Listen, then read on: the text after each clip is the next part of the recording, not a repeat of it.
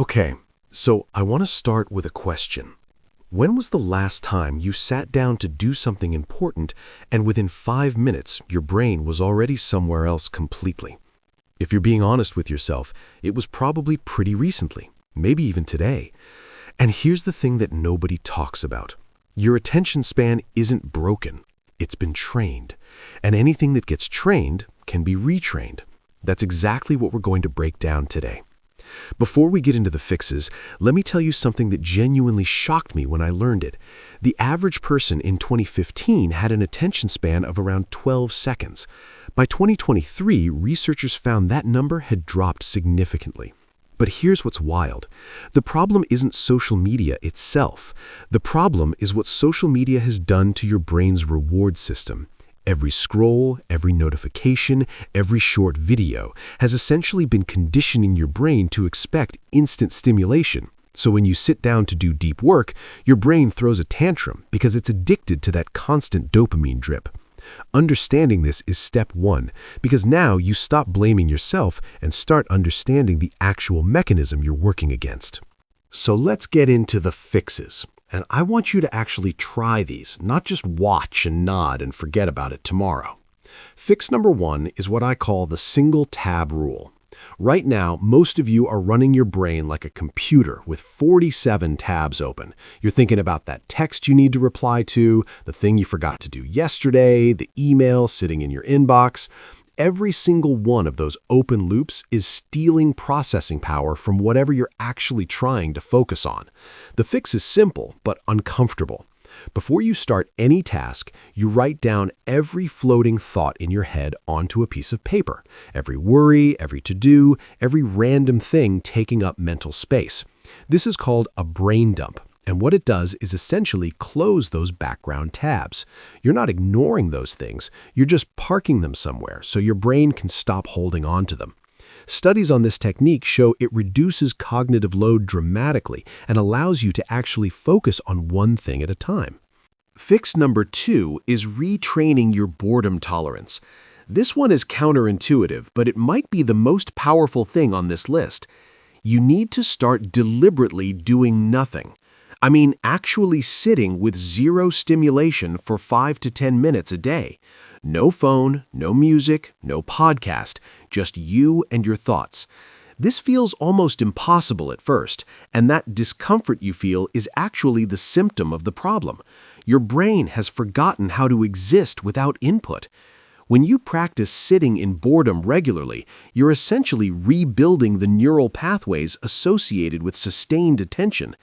Ancient philosophers called this contemplation. Neuroscientists call it default mode network activation. Either way, it works.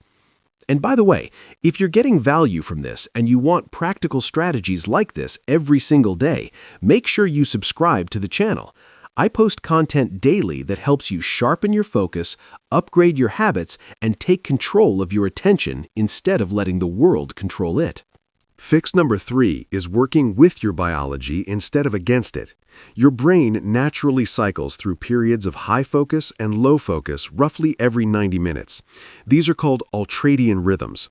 Most people try to push through the low periods by drinking more coffee or forcing themselves to concentrate harder, and then wonder why their work quality is terrible. The smarter move is to schedule your deep focus work during your natural peak windows, which for most people is in the morning, and protect those hours aggressively. During your low windows, do administrative tasks, reply to emails, handle logistics. Stop fighting your own biology and start using it as a strategic advantage. Fix number four is friction design. Here's a brutal truth. Willpower is a limited and unreliable resource. If you're relying on willpower to stay off your phone or stay off social media during work time, you will lose eventually. The solution is to make the distracting thing physically harder to access and the focused thing physically easier. Put your phone in another room. Log out of social media so there's an extra step to get back in. Use website blockers during work hours. Meanwhile, make your work environment as frictionless as possible. Have your tools ready, your workspace clear, your task written down before you sit down. You're essentially engineering your environment to support the behavior you want. Fix number five is the 2-minute attention reset. Whenever you catch your mind wandering, and you will, here's what you do instead of just forcing yourself back to the task. You take exactly 2 minutes to do a quick physical reset. Stand up, shake your hands out, take 5 deep, slow breaths, and briefly state out loud or in your head what you were working on and why it matters. This might sound too simple, but the physical movement breaks the distraction loop. The breathing resets your nervous system, and naming the task reactivates your intention. It's a reset button for your attention that actually works. Now, here's something I want you to understand about all of these strategies. None of them are magic. None of them will transform your attention span overnight.